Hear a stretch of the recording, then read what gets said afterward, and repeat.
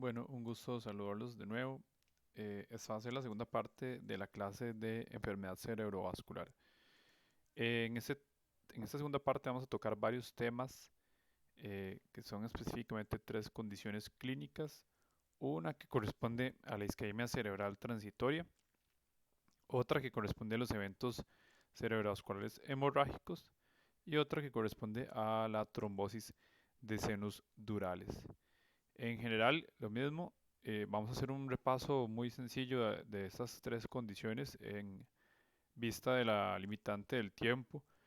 Voy a dejar algunas recomendaciones de lecturas que sería ideal que revisaran, pues para mejorar siempre el conocimiento sobre ese tipo de patologías que son tan frecuentes en relación con la isquemia cerebral transitoria, los eventos hemorrágicos, y la trombosis de senos durales no es tan frecuente, pero puede ser muy peligrosa, incluso mortal, por lo que siempre es importante conocer un poquito sobre la misma. Entonces, lo primero que todo, la isquemia cerebral transitoria, bueno, ahí está siempre el correo por cualquier duda que tengan.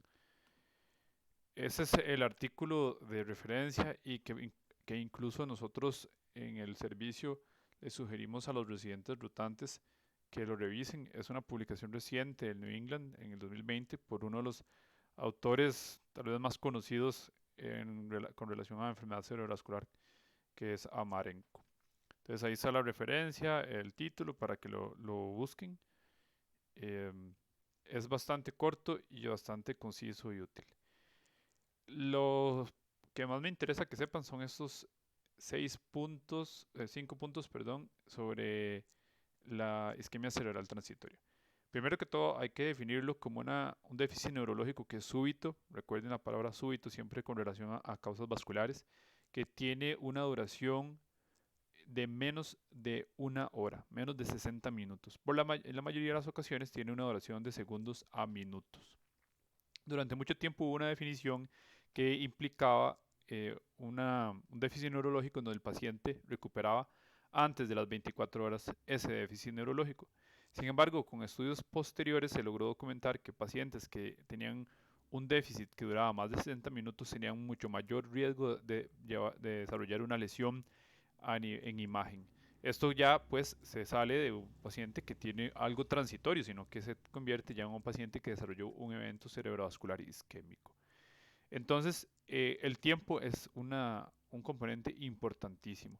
Y con relación al tiempo, en caso de que ustedes en algún momento se encuentren con un paciente con un déficit neurológico que impresiona tratarse de un evento isquémico cerebral, no esperan a ver si cumple los 60 minutos y el cuadro clínico resuelve, porque como vimos en la clase anterior, la idea es darle el manejo cuanto antes en caso de tratarse de un evento cerebrovascular isquémico.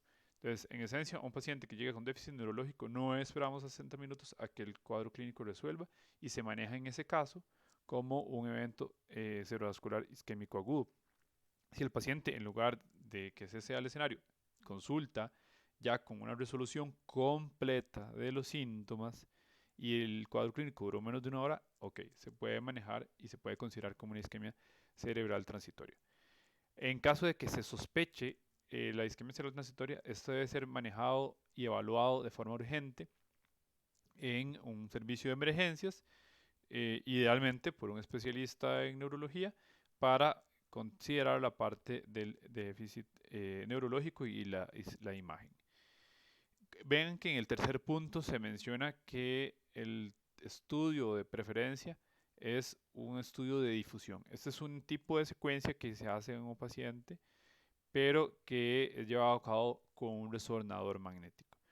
Como saben, a nivel institucional, por lo menos en la caja, resonador solamente tenemos en el centro de resonancia que se encuentra en las inmediaciones del Hospital Calderón Guardia, por lo que es una recomendación que no tenemos a la mano en el sistema de salud, por lo que lo ideal sería siempre hacer una tomografía, que es más accesible en la mayoría de los casos.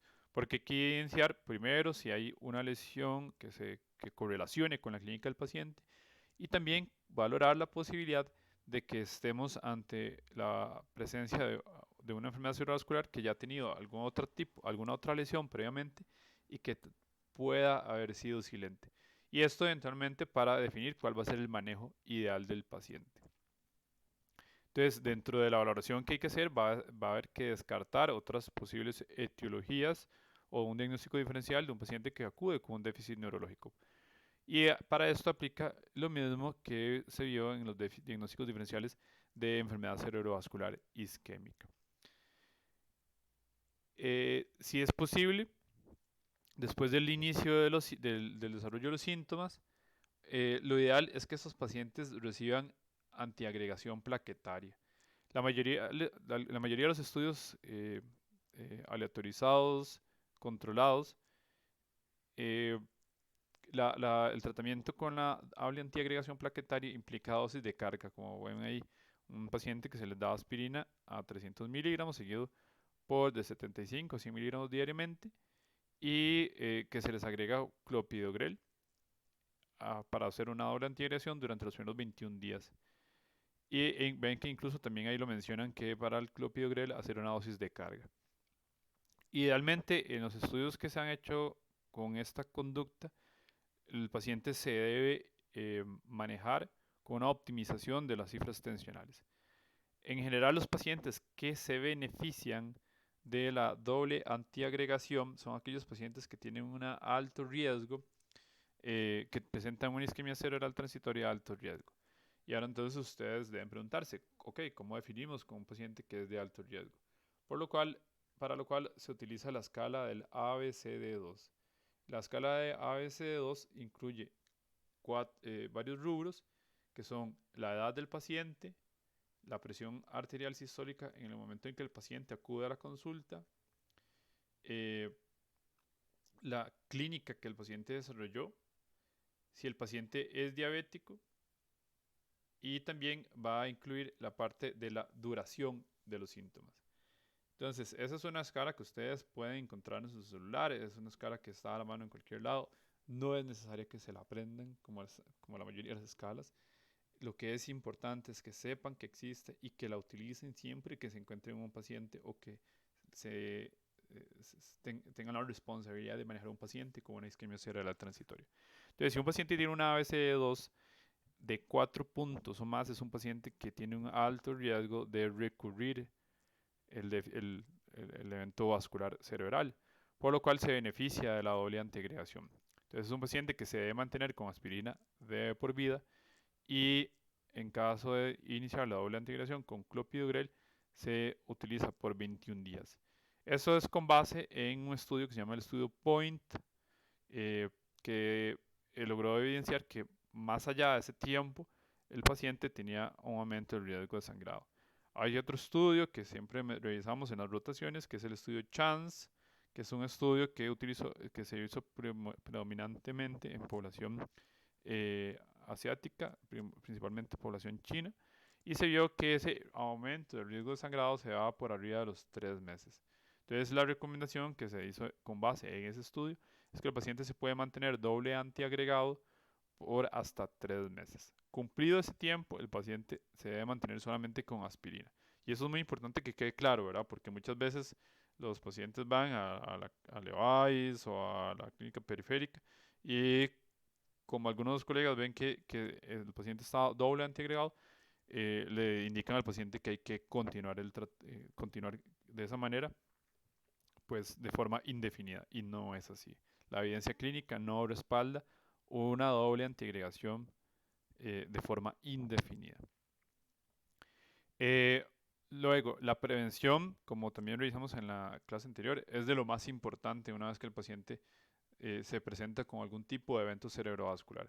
Entonces, dentro de las cosas que va a incluir la prevención y es identificar si hay alguna etiología, pues, objetivizable. ¿A qué hablamos de objetivizable? Si es un paciente que tiene una fibrilación auricular, entonces es un paciente que tiene indicación para estar anticoagulado. Si en un ultrasonido de vasos de cuello se identifica que el paciente tiene un grado de estenosis significativo y que corresponde a una arteria, a una estenosis, a una carótida sintomática, es decir, que concuerda con la clínica, con con la clínica del paciente, se debe manejar como una enfermedad carotidia, e igualmente dentro de todas las medidas que siempre recomendamos, una optimización del manejo de la presión arterial, una reducción eh, del colesterol, predominantemente el LDL, un adecuado control glicémico, evidentemente una interrupción del fumado si es que el paciente es tabaquista, y también una optimización de los estilos de vida que sean saludables, con mayor actividad física y con una mejoría en la dieta. Ahora, pasamos al tema de evento cerebrovascular hemorrágico. Probablemente de lo que más vemos en el área de neurología corresponde a los eventos hipertensivos, pero ahora vamos a más adelante a revisar otras etiologías.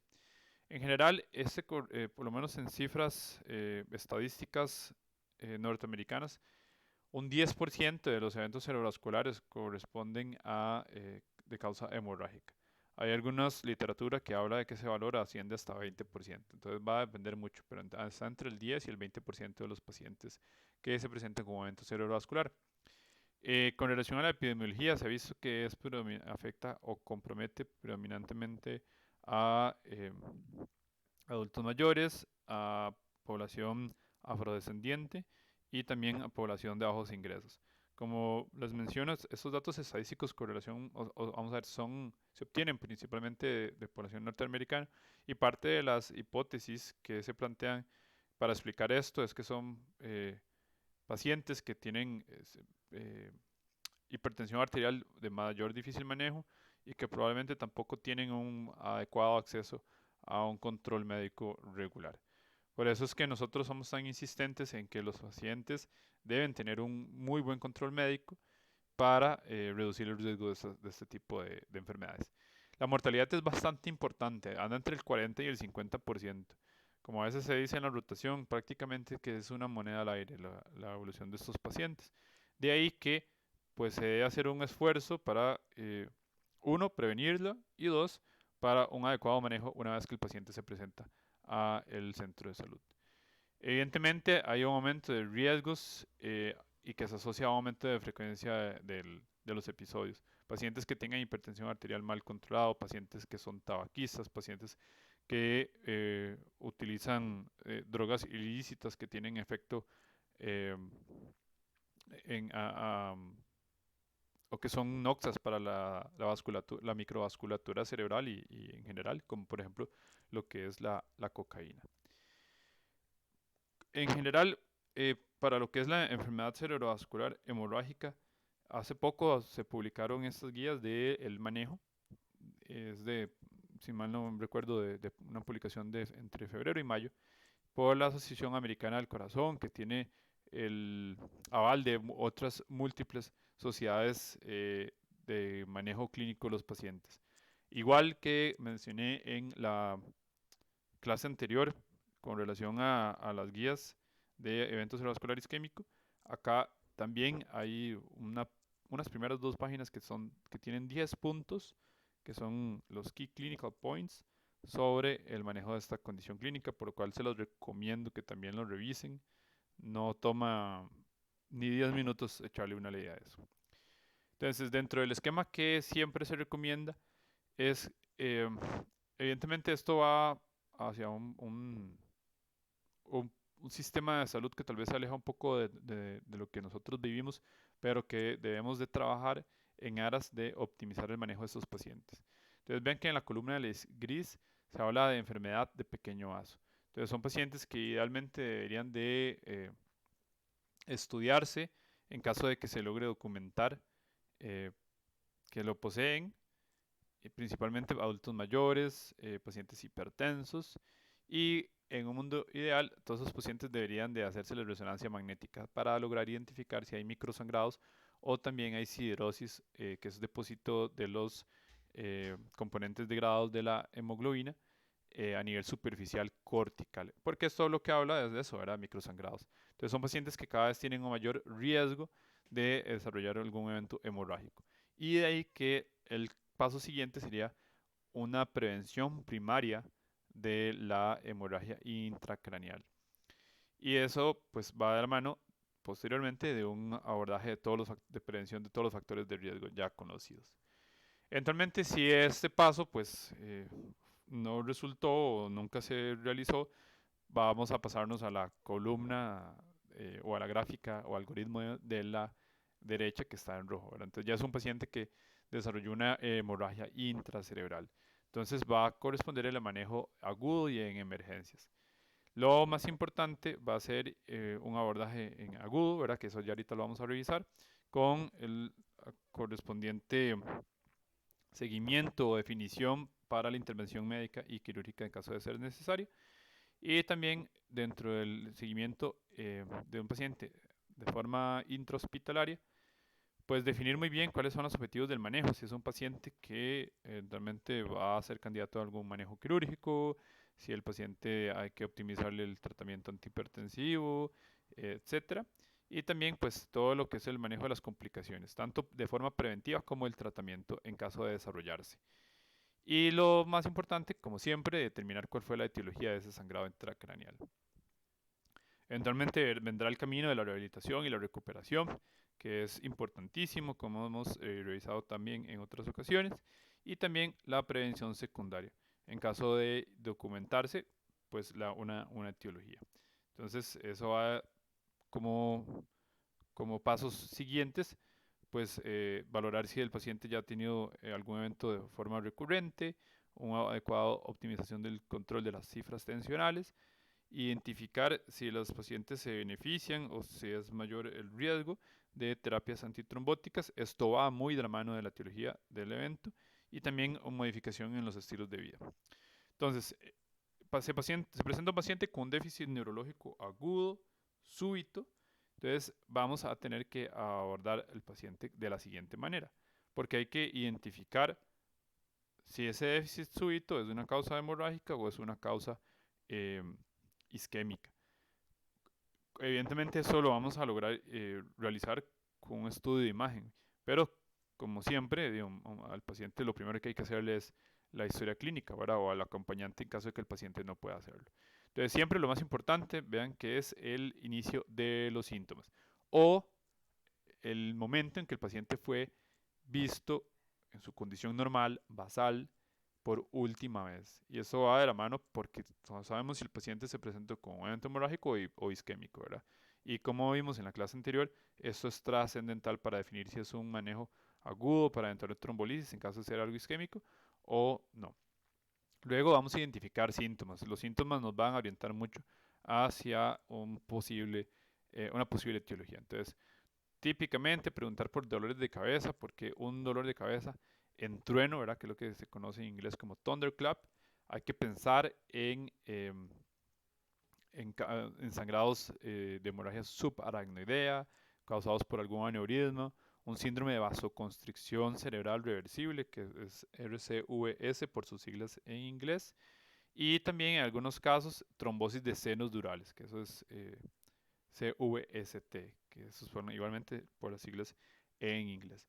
Si el dolor de cabeza es más de mayor, digamos, una presentación más lenta, hay que considerar lesiones en lesiones espacio-ocupante. Algunos casos se puede presentar algunas trombosis de senos durales de esta manera, o incluso pacientes que tuvieron un evento isquémico y que hizo transformación hemorrágica. Es algo que también hay que considerar. Eventualmente, dentro de ese inicio más larvado, más lento, no hay solamente que considerar el dolor de cabeza, ¿verdad? Sino también el déficit neurológico que el paciente pueda presentar. Un paciente que se presenta con algún evento hemorrágico o isquémico, recuerden que siempre la palabra es súbito. A un paciente que estaba bien y de la nada se deterioró. Contrario a un paciente que dice que desde hace 2 semanas viene como la mano un poco más torpe, ya hace una semana empezó con mucho dolor de cabeza y ya hoy no puede mover del todo la mano. Entonces ese tipo de cosas, ese crecimiento, ese desarrollo de los síntomas de forma más lenta, hace pensar en algo que ha ido pues creciendo, ha ido aumentando de tamaño y de ahí que los diagnósticos diferenciales principales son lesiones espaciocupantes. Para aclarar ese término de cefalea en thunderclap o en trueno, Alguna literatura menciona que es un aumento del dolor de cabeza de prácticamente alcanzando una intensidad 10 de 10 en menos de 60 segundos.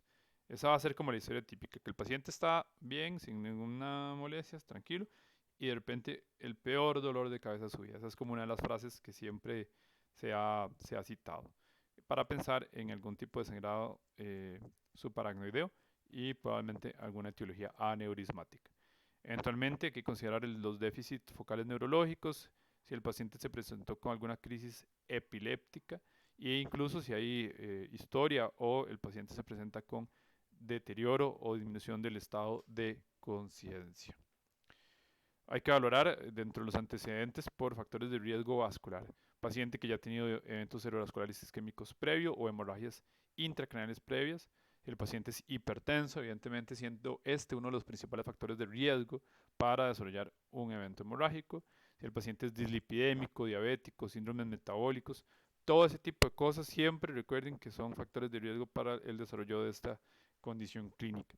Y también, pues, si topamos con la suerte de que es un paciente que se le han realizado múltiples estudios, se debe considerar si hay algunos biomarcadores de imagen, como los mencionamos en la diapositiva anterior, principalmente los microsangrados cerebrales a nivel cortical, que nos pueden orientar a pensar en algún tipo de etiología con relación a una angiopatía amiloide, que eso es un poco menos frecuente de ver, pero siempre es una posibilidad. El uso también de los medicamentos de forma crónica por parte del paciente. Se usa antitrombóticos, ya sea anticoagulantes o antiplaquetarios. También agentes que son vasoconstrictivos como triptanes, ¿verdad? Que eso es muy frecuente que sea utilizado para el manejo recurrente de los dolores de cabeza y las migrañas. Entonces hay que considerar que su efecto vasoconstrictor naturalmente puede estar asociado con fenómenos hemorrágicos. Los inhibidores selectivos de la recaptura de serotonina, algunos simpaticomiméticos, estimulantes y descongestionantes. También preguntar si el paciente usa antihipertensivos, porque nunca falta la historia donde el paciente le dice que no padece nada, pero crónicamente usa iversartán y amlodipina y atenolol y aldomet. Entonces, como menciona muy bien la guía, es un marcador de hipertensión crónica. Considerar también el uso de los anticonceptivos orales que contienen estrógenos, principalmente por su relación que se ha logrado identificar con la trombosis de senos durales. Considerar la posibilidad dentro de la historia clínica también del paciente que tenga deterioro cognitivo o demencia, porque está asociado, pero evidentemente no es exclusivamente específico de angiopatía amiloide. Entonces es algo que nos puede orientar, pero evidentemente es para nada específico. Uso de sustancias, como mencionamos previamente, ya está identificado también el uso de drogas ilícitas, principalmente lo que es anfetaminas, cocaína, marihuana, que se asocia con algunos de estos eventos hemorrágicos y evidentemente también el uso y uso de alcohol y el tabaquismo. Eh, Contemplar la posibilidad de que el paciente sea, dentro de sus antecedentes personales patológicos, esté, eh, que sean portadores de hepatopatía, de nefropatía, trastornos hematológicos o algún tipo de malignidad, porque todo eso se va a asociar a fenómenos protrombóticos y a posibles coagulopatías. Entonces es algo por lo cual siempre hay que preguntar. Dentro del examen físico, por supuesto, lo primero van a ser los signos vitales, eventualmente el ABC, ¿verdad? Que es típico del paciente que se debe manejar de forma aguda o crítica. Dentro de los signos vitales, evidentemente una de las cosas más importantes a revisar va a ser las cifras tensionales con las que el paciente se presenta al centro de salud. Porque si es un paciente que no es conocido hipertensa, no es conocido hipertenso, se presenta con un evento hemorrágico y todas sus cifras tensionales desde que el paciente arribó al servicio de emergencias han estado dentro de lo normal, es poco probable que la etiología sea hipertensiva. Entonces todo eso hay que irle metiendo cabeza desde un inicio que el paciente consulta. Evidentemente un examen físico general que pues, se, se, se individualizará de acuerdo al paciente y también un examen neurológico enfocado, ¿verdad? Identificar, hacer uso de escalas objetivas como la escala NIH que revisamos en la clase anterior, que se puede hacer rápidamente y provee una valoración que sea comprensible, objetivizable y que pueda ser comunicada de forma sencilla con otros colegas. Evidentemente, si el paciente también tiene compromiso de su estado de conciencia, se puede hacer uso de otro tipo de escalas, como la escala de coma de Glasgow. ¿Cuáles son los estudios de laboratorio que el paciente se le van a realizar? Como se menciona en la tabla, un hemograma completo, un estudio de función renal, función de función hepática, glucosa, marcadores inflamatorios como una PCR y una velocidad de eritrosedimentación. Todo este tipo de cosas nos van a ir orientando sobre una posible etiología del paciente. Evidentemente, si es un paciente nefrópata o hepatópata, puede relacionarse digamos, a usar en relación a la etiología del sangrado. Evidentemente, también la valoración de los tiempos o las pruebas de coagulación, ya sea el INR o el tiempo de protrombina. Y evidentemente, si se cuenta con la opción y el paciente tiene el antecedente de uso de anticoagulantes directos orales, pues valorar la posibilidad de contar con las pruebas de laboratorio que midan la actividad del fármaco correspondiente. Se puede considerar troponinas en caso de que el paciente asocie dolor torácico o injuria miocárdica con un electrocardiograma. También, de acuerdo a la historia clínica del paciente, considerar tóxicos en orina. Y si es una mujer en edad fértil, se debe valorar la posibilidad de una prueba de embarazo. Y eso es lo que nos vamos a topar, ¿verdad? Este es un sangrado intracraneal en el hemisferio derecho que compromete ganglios de la base y tiene una ligera extensión, como pueden ver en la imagen de la izquierda, en el panel A, que tiene 6 horas de evolución y vemos que tiene ligera extensión hacia el ventrículo lateral. Evidentemente, el sangrado va a irse reabsorbiendo, como pueden ver en la figura B, que ya tiene 6 días, hay una disminución del sangrado y a las 3 semanas prácticamente queda desaparecido, pero siempre dejando una zona de lesión en la periferia.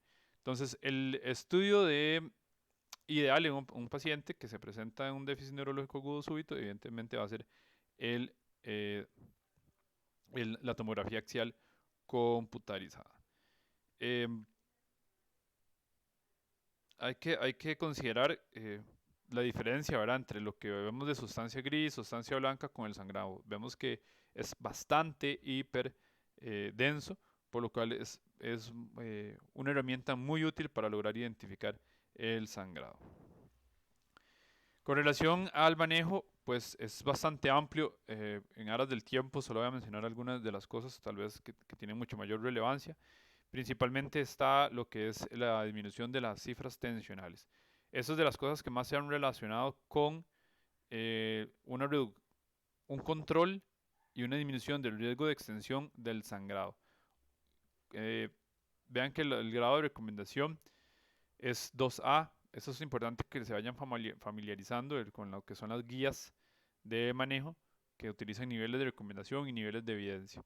En general vemos que la recomendación es evitar picos, disminuir las cifras tensionales de cuanto antes, idealmente entre las primeras 2 horas del desarrollo del sangrado intracraneal y alcanzar un objetivo entre la primera hora para reducir el riesgo de extensión del sangrado.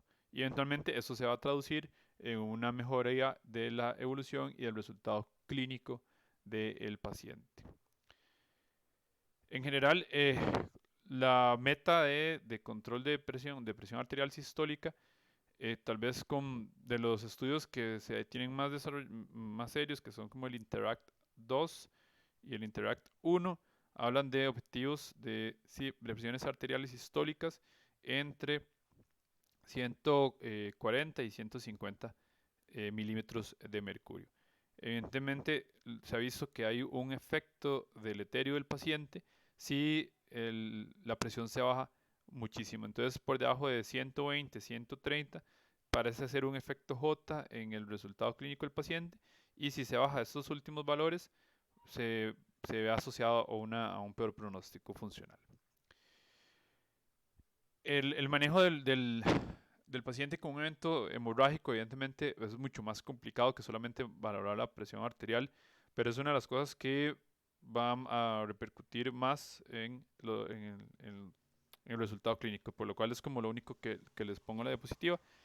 Si tienen la oportunidad, insisto, de revisar las guías, es ideal. Dentro de las cosas que se manejan y se recomienda es una prevención de posibles complicaciones, broncoaspiración, trombosis venosa profunda, infecciones, etcétera.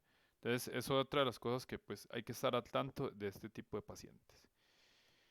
Otro tipo de sangrados que hay que considerar son aquellos sangrados que, por ejemplo, el paciente, como les mencionamos en la cita, en las diapositivas previas, que tenga algún crecimiento, algún desarrollo clínico más larvado, más lento. Entonces eso nos hace pensar a la hora de ver la imagen, vemos un sangrado que tiene muchísimo edema en la periferia. Entonces ese es el caso de un paciente que tiene una lesión espacio-ocupante, una lesión tumoral y que sangró. Por lo cual, la parte de la historia clínica es bastante importante. Porque evidentemente si se presenta así, pues se va a considerar que eso probablemente sea una causa hipertensiva, por ser lo más frecuente. Pero la historia clínica nos orienta hacia otra cosa. Recordar que los eventos hipertensivos principalmente se van a desarrollar en lo que son los ganglios basales, en puente, en cerebelo y muy pocos, algunos pocos son lobares. Vamos a ver esta imagen. Este es un video de un paciente que consultó por un déficit neurológico súbito.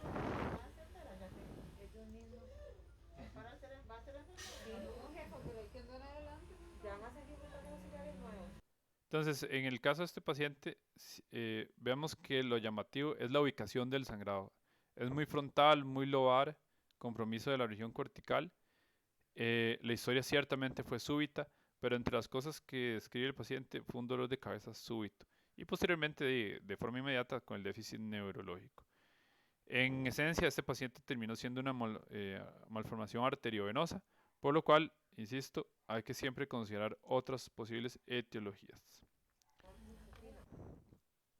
Otra de los posibles sangrados que pueden encontrarse, esto es más de manejo por parte del equipo de neurocirugía, pero siempre hay que estar al tanto de ese tipo de pacientes. Son pacientes, por ejemplo, que tienen un hematoma epidural, que eso nos recuerda siempre desde el punto de vista anatómico un compromiso de la arteria meningia media, que es una arteria que se ubica en la región exterior a la dura. De ahí que desarrolle ese tipo de imagen, ¿verdad? Que es como un lente biconvexo, que clásicamente se va a presentar con esta imagen. Por otro lado, tenemos pacientes que hacen este otro, hematoma subdural, que entonces la causa principal es trauma, ¿verdad? Pero vean que a diferencia del epidural, el subdural hace una imagen que tiene la convexidad de la calote, de la bóveda craneana, y la parte de la concavidad hacia el parénquima cerebral. Entonces eso es como, se describe como una semiluna. Y este es un paciente que vean que el sangrado es bastante, la zona de lesión es bastante hiperdensa, lo cual nos orienta hacia un sangrado agudo.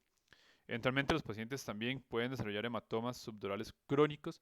Eso frecuentemente lo vemos en adultos mayores, que al tener un crecimiento más lento puede que posterior a algún trauma cráneoencefálico desarrollen algún sangrado de forma más lenta y es hasta posterior a 1 o 2 semanas que el paciente se presenta con algún tipo de déficit neurológico. De ahí que sea tan relevante siempre consultar por historia reciente de traumas craneoencefálicos. Y vean cómo la densidad de la imagen cambió, ¿verdad? Ahora es más hipodensa, lo cual nos habla también de una temporalidad más evolucionada. Y también podemos tener pacientes que tengan un resangrado. Entonces vean la diferencia de densidades.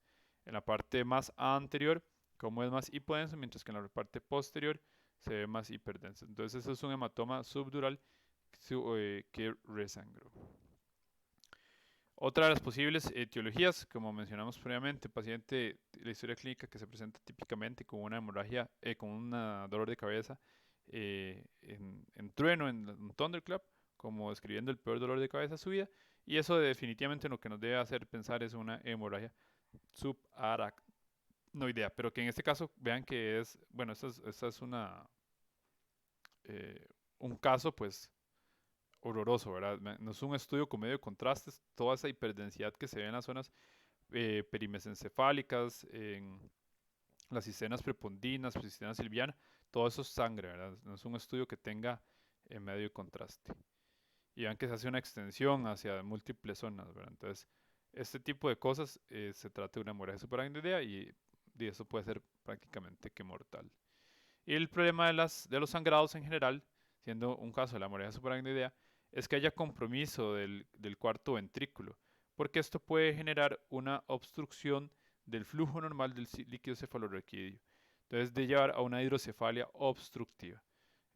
Puede generar tanto edema o por el mismo sangrado generar una obstrucción, como les menciono, del cuarto ventrículo y entonces se comienza a desarrollar una acumulación de líquido cefalorraquídeo en el sistema ventricular y que lleve eventualmente una dilatación que también puede ser mortal.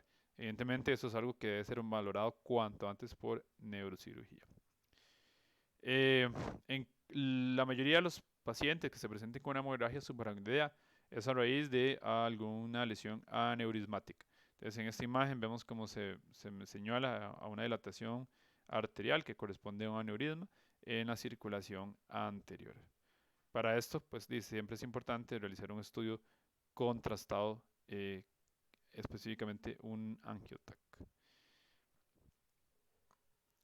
Este es un esquema de los sitios más frecuentes de posibles aneurismas. Esto pues realmente no es tan de mi interés, pero se dice que más de un 90% se presentan en estas zonas que se describen acá. Eventualmente el sangrado puede ser tan mortal, ¿verdad?, que el paciente desarrolle tanto edema cerebral que termine falleciendo. Otra de las entidades clínicas que hay que comentar y que resulta importantísimo tener en cuenta, que como les dije al inicio, no es tan frecuente, pero eh, puede ser mortal y es importante reconocer la trombosis de senos durales. En general vean que la frecuencia es baja, ¿verdad? Se habla de un 1%, y eso va a ir muy de la mano con la literatura que se revise. Y lo otro es que esta prevalencia ha ido aumentando discretamente porque cada vez se tiene mayores herramientas o mayor facilidad para diagnosticar esa entidad clínica.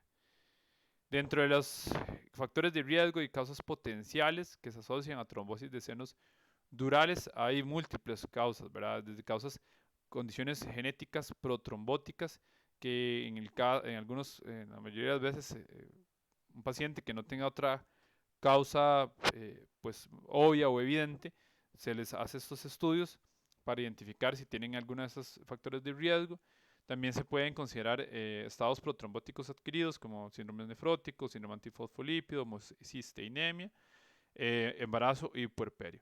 Esos dos elementos siempre es importantísimo considerarlo para esas pacientes tal vez que están 2 semanas por partos o están en ese periodo del puerperio y acuden con cefaleas de banderas rojas, que son dolores de cabeza, que cambian un patrón, que se vuelve refractaria al manejo médico, que hace algún déficit neurológico. Hay que considerar que es un estado que es protrombótico y que eventualmente pueden desarrollar una trombosis de senos durales. Procesos infecciosos, en el cual ya se trataría de una trombosis séptica, como pueden ser otitis, mastoiditis, sinusitis. Vean que son sitios que están contiguos a la bóveda craneana y que eventualmente por todo el proceso inflamatorio pueden desarrollar la trombosis. Enfermedades inflamatorias, lupus eritematoso sistémico, sarcoidosis, poliangiitis, se ha descrito también en algunos pacientes con enfermedad de Crohn o colitis o CUSI. Perdón.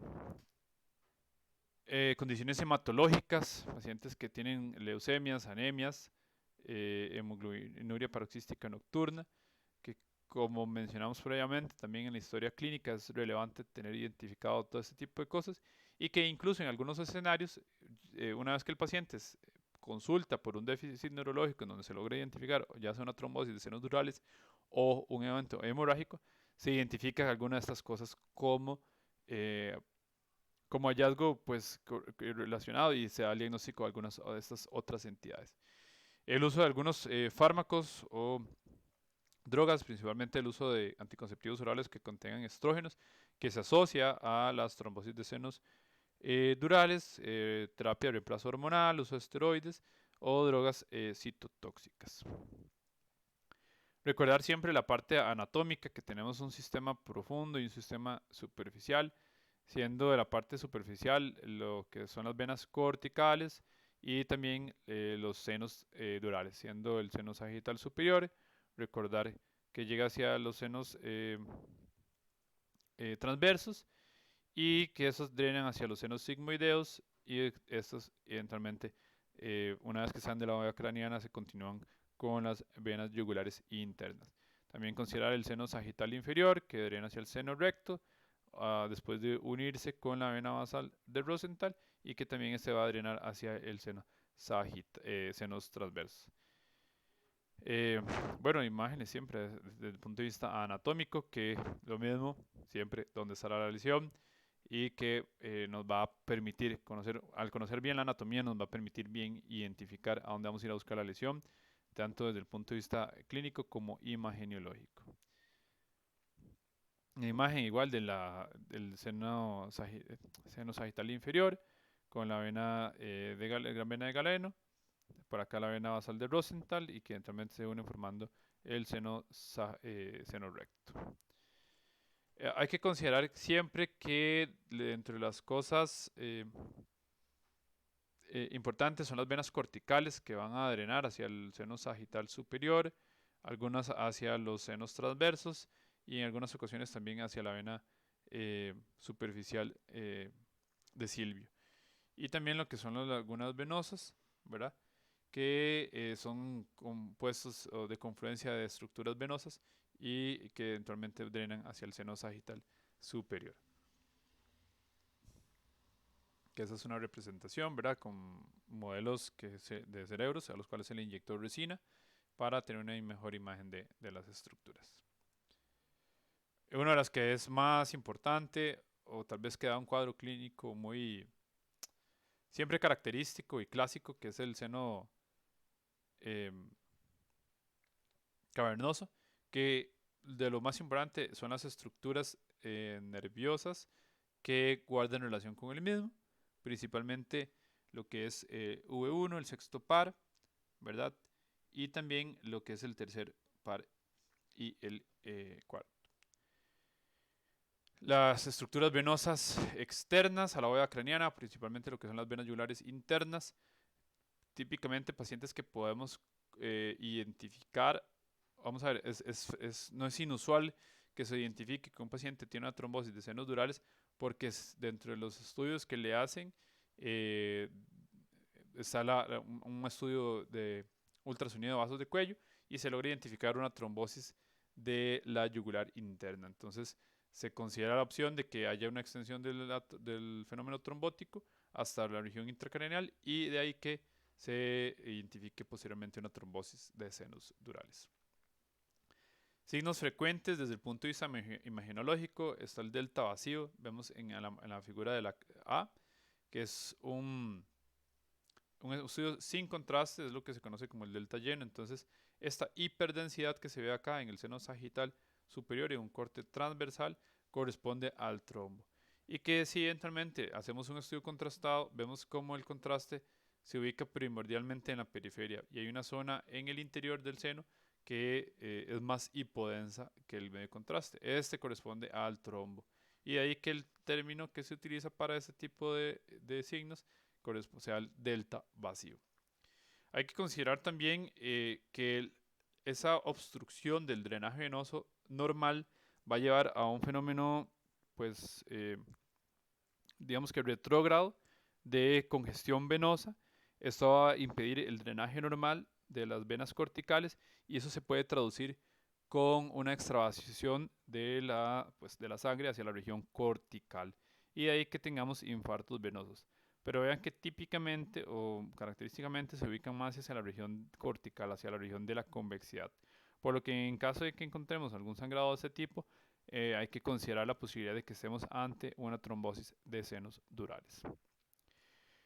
Como les mencionaba previamente, entre los factores de riesgo está algún proceso séptico que se encuentre en las cercanías de la bóveda craneana, como en este caso que tenemos un paciente, una niña que tenía 15 meses de edad y que se ve una hiperdensidad en el seno sigmoideo del lado izquierdo. Pero cercano o adyacente a esto, vamos a ver que también hay una colección en la región postauricular.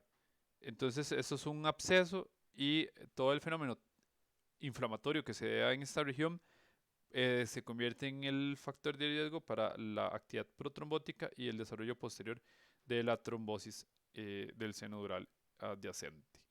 Entonces, ese tipo de escenarios, por supuesto, que lo que es parte del manejo principal va a ser el manejo del proceso infeccioso que se convirtió en el factor de riesgo. Ese es un ejemplo, una trombosis de seno cavernoso. Esos son pues más complicados de identificar, pero hay que considerarlo en pacientes que tengan compromiso de esas estructuras craneales, de esos pares craneales que revisamos, ¿verdad? Delta lleno, este vemos en la imagen de la derecha señalada con una flecha, es igual a la imagen previamente que vimos en las diapositivas anteriores, un estudio igual sin contraste, pero vemos que hay una hiperdensidad en el trayecto del seno sagital superior y que veamos que acá en la imagen de la izquierda se señala una hiperdensidad en el seno transverso que no está del otro lado.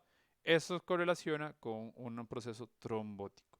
Hay que tener cuidado porque muchas veces cuando se hacen estudios contrastados se reportan trombosis de senos, algunos de los senos transversos, pero hay que recordar que es frecuente que alguno de ellos sea hipoplásico y que erróneamente se ha reportado o se ha descrito con una trombosis. Entonces, siempre lo mismo, las imágenes se interpretan a la luz de la clínica y la historia clínica del paciente.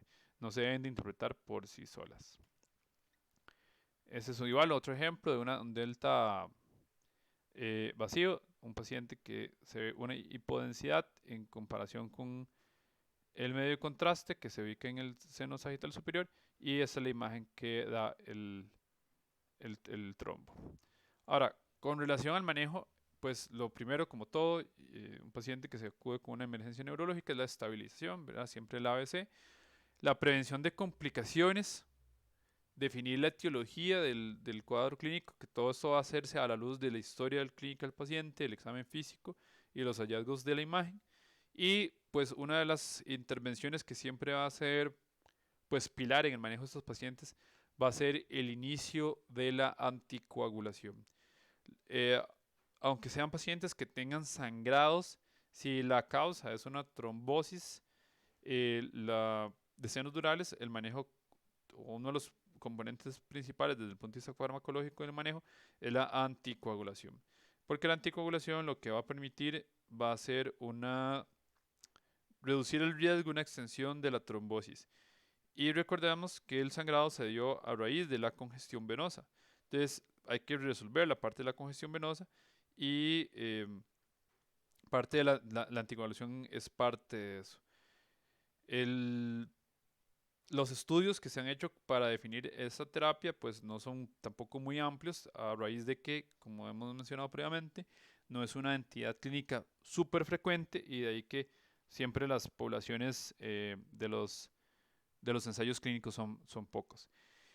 En general, las guías de manejo lo que recomiendan son el uso de heparinas de bajo peso molecular.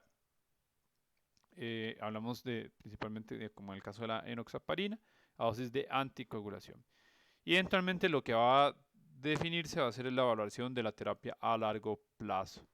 En general, la recomendación, eso va a ir muy de la mano o asociado a la etiología, ¿verdad? Si es un paciente que tiene algún tipo de condición clínica que lo predispone a eventos trombóticos recurrentes, pues se debe seguir en conjunto con otros especialistas, ya sea hematólogos, reumatólogos o el área de la enfermedad correspondiente que el paciente tenga, si el paciente amerita estar anticoagulado de por vida. En general, el tiempo que nosotros utilizamos, si no se logra identificar que hay algún factor de riesgo para una recurrencia del evento trombótico, es de 6 meses. Al día de hoy, las guías internacionales lo que recomiendan como gold standard va a ser la warfarina. Eso a raíz siempre de que los estudios por Otro tipo de fármacos, como son los anticoagulantes directos orales, todavía no tienen evidencia suficiente para posicionarse a nivel de lo que son guías clínicas como, um, como terapia estándar de manejo. Sin embargo, pues lo que uno va viendo es que cada vez van adquiriendo más campo en el manejo de estos pacientes con un buen perfil tanto de seguridad como de eficacia clínica. Em, Igualmente, pues parte del manejo va a corresponder también a lo que es el tratamiento y al manejo de las complicaciones de los pacientes, que esto pues se individualizará mucho dependiendo de qué evolución tiene el paciente de forma intrahospitalaria.